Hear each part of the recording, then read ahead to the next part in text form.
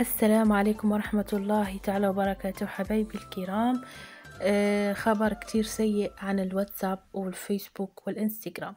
خبر جد سيء ومؤلم بالنسبة للناس اللي بتحب تتواصل مع عيلتها على الواتساب. عم تبعتي رسائل ما بيوصلوا، عم تعطيه يعني كذا، يعني عم تحاولي تبعتي كذا مرة ما عم بيوصلوا. من الساعة 7 مساء هذا الشيء صار، ما بنعرف شو السبب ليش حتى صار العطل.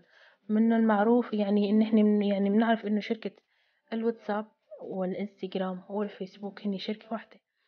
ليش فجأة فرد مرة وقفوا لهن الثلاثة؟ يعني الفيسبوك لما عم نعطيه تحديث مثل ما عم تشوفوا معي ما بيريد يتحدث ولا بيريد يبين ولا صورة ولا شيء. وكذلك الانستغرام لما عم نحاول انه نبعث لحدا او نحدث الصور ما بيتحرك شيء نهائيا. شو سبب هذا العطل؟ هل يا ترى راح يكون تحديث لهذه الشركة لثلاث هدول المواقع الثلاثة، أم راح يكون عطل نهائيا ما راح يرجعوا يشتغلوا مرة تانية؟ يعني هلأ يعني بس بدنا نتواصل مع حدا ما عم نحسن نتواصل، إلا أنك مجبور تنزل برنامج تاني. يعني يا بتحسن تتواصل مع عيلتك يا لا.